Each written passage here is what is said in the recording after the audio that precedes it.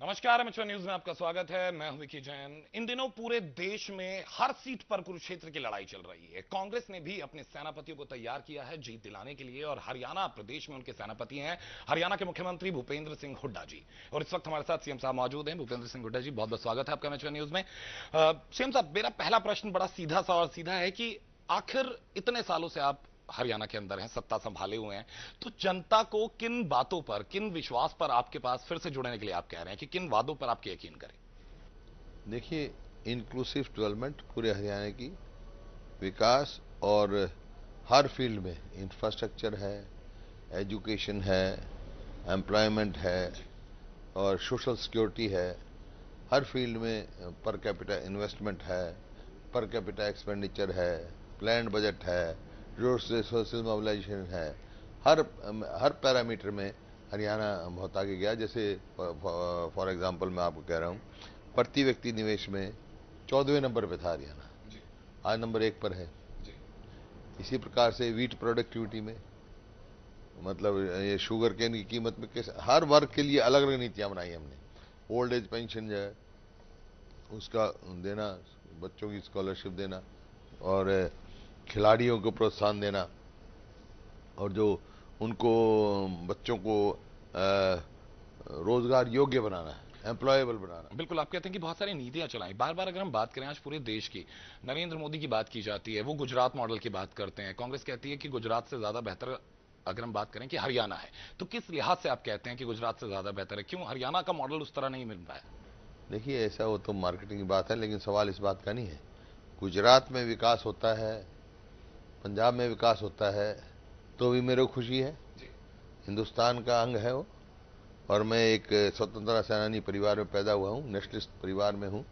लेकिन अगर किसका कितना विकास हुआ है वो तो आंकड़े बता सकते हैं, आंकड़ों का कंपैरिजन कर सकते हैं। बिल्कुल, मतलब आप कहते हैं कि आंकड़ों की बात है और आंकड़ों की बाजीगरी इस वक्त की जा रही है विपक्ष की तरफ से। बार बार ये कहा जाता है कि नहीं, वहां ज्यादा विकास हुआ है, यहां कम विकास हुआ है। कांग्रेस शासित प्रदेशों पर जिस तरह से निशाना साधा जाता है। नहीं, आप देखिए, क्या क्या आपके हिसाब से क्या पैरामीटर होते हैं? आपसे कोई पूछे कि भाई विकास के क्या पैमाने हैं, आप बताइए क्या बिल्कुल, पैमाने। अगर बात करें एक आम आदमी जो उस प्रदेश में रहता है, उसकी मूलभूत सुविधाएं अगर पूरी होती हैं, बिजली, सड़क, पानी, रोजगार, अस्पताल, बहुत सारी ऐसी चीजें हैं जिन्हें विकास के पैमाने, जिनसे विकास नापा जा सकता है। तो मैं वही जानना चाहता हूं, हरियाणा में अगर इन विकास की बात करें तो किस किस क्षेत्र में कितना विकास आप हमें बताएं, ताकि हम भी जनता को बता सकें। देखिए, आप बिजली का लो। जी। जब हम सत्ता में आए, जी। बिजली की बड़ी भारी समस्या थी। जी। आज बिजली संतोषजनक है हमारे पास, जी। क्योंकि 66 में हरियाणा बना था। जी। 66 से लेके 2005 तक केवल एक प्लांट लगा, बिल्कुल। और 2005 से अब तक 4 नए प्लांट लग चुके हैं। और एक प्लांट का नींव का फाउंडेशन सुन रखा गया न्यूक्लियर का 2800 मेगावाट का। तो और चारों प्लांट जो है इन एक्शन है। अब बिजली कुल जो अपनी जो उत्पादन था हरियाणा का 2000 में 1587 मेगावाट था। आज जो है अपना जो उत्पादन है वो 5500 मेगावाट के करीब है। कुल जो अवेलेबल जो पावर थी सारे सोर्सेज से, वो 4200 मेगावाट थे। आज 9000 मेगावाट है। तो आप उस बात से समझ सकते हैं कि बिजली का इस साल में इतने अच्छा, साल आपको में लगता है कि कुछ रह गया बाकी जिसे अभी पूरा करना बाकी है बिजली के क्षेत्र की अगर हम बात करें? बिजली का न्यूक्लियर प्लांट हमारे आ रहा है ऊपर, और कोई गैस अवेलेबल नहीं है।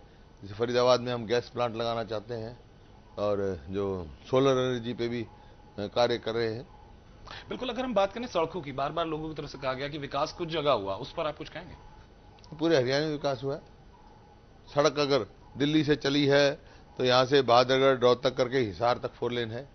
अगर दिल्ली से चली है सोनीपत होकर चंडीगढ़ तक 6 लेन हो रही है। इसी प्रकार से गुड़गांव की हो रही है। तो ये तो मतलब इंक्लूसिव सब सब जगह हुआ है।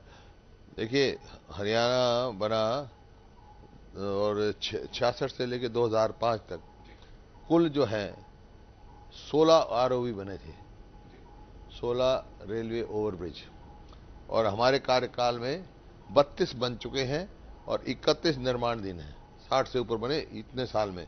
जबकि हरियाणा 1966 से लेकर 2005 तक तकरीबन 40 साल में 5 बने, और इन इन 9 साल में 63 हो गए।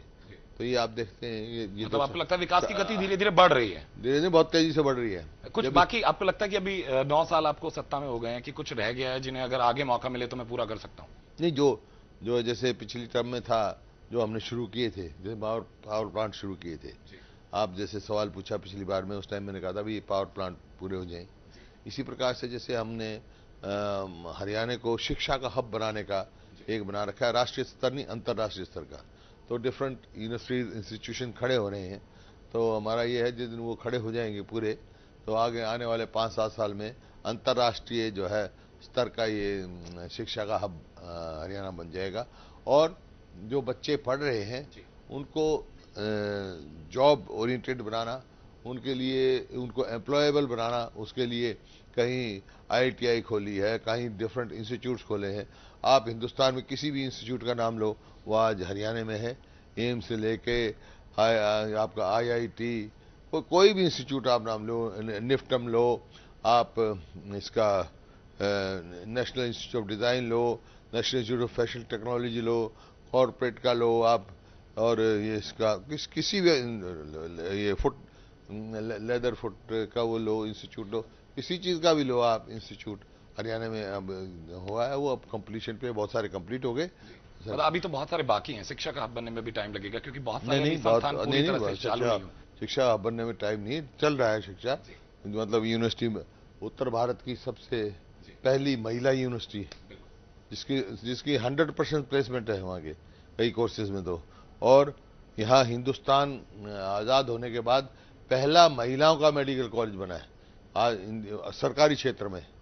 यहाँ या तो एक दिल्ली में था, ये अपना लेडी इरविन या हार्डिंग, हाँ लेडी हार्डिंग, दिल्ली में एक था केवल महिलाओं के लिए। अब सरकारी क्षेत्र में दूसरा अब यहाँ बना है।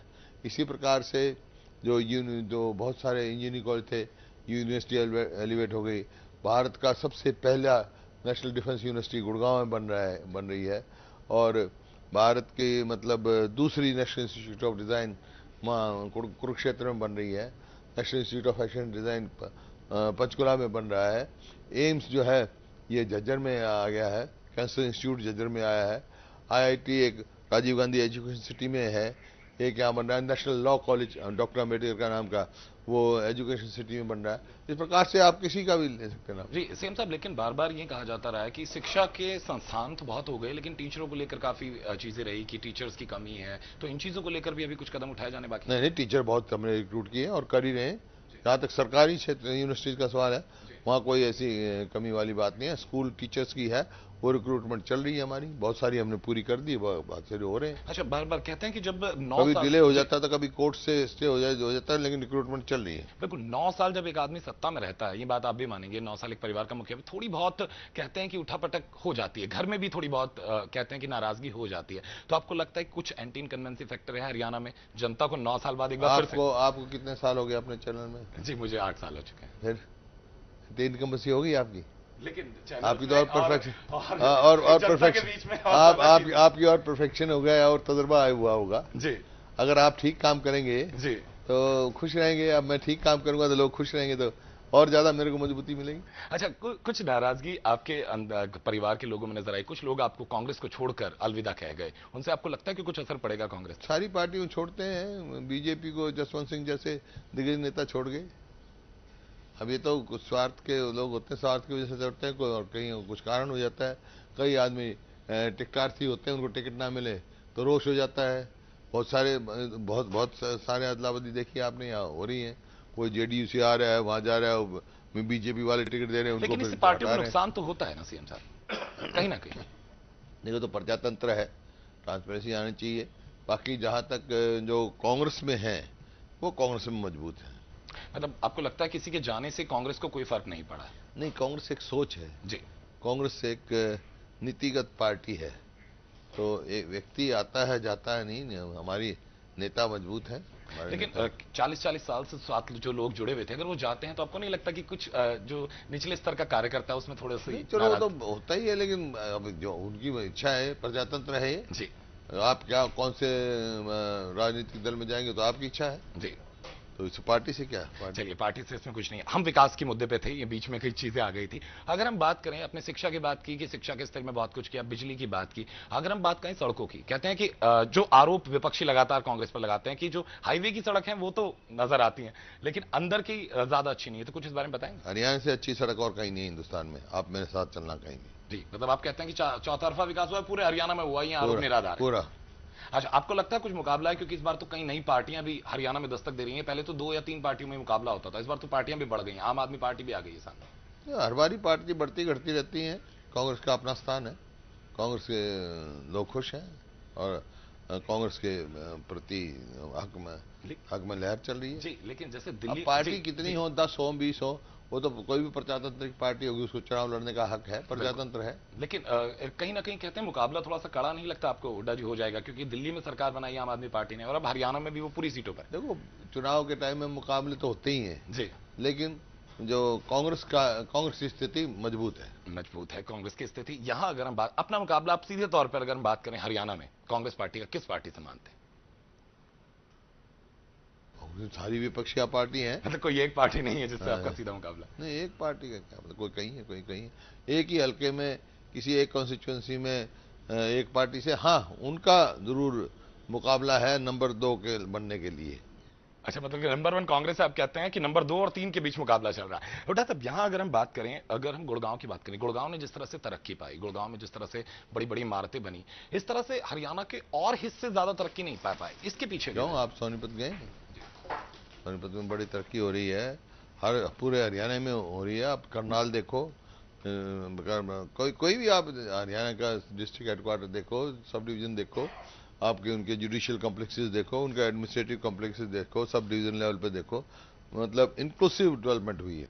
बिल्कुल। उन्हें जी, अगर बात करें इस बार हरियाणा में जितने बड़े बड़े लीडर हैं पोजीशन के, वो आ रहे हैं, वो बार बार सीधा निशाना साध रहे हैं, आखिर हरियाणा हर बारी आते हैं जी। लेकिन इस बार अगर हम बात करें, मोदी जी भी पहुंच रहे हैं, हर बारी आते हैं। पहले अडवाणी जी आते थे, अब मोदी जी आते हैं जी। तो आपको लगता है कि कुछ असर आना है, उनका काम है जी, लेकिन हर स्टेट में जाते हैं, हरियाणा में अकेले थोड़ा आते हैं जी। जब वो चुनाव लड़ रहे हैं, राष्ट्रीय पार्टी है सारी, तो अपने हिसाब से हर स्टेट में जाएंगे, इसमें क्या उनका काम है।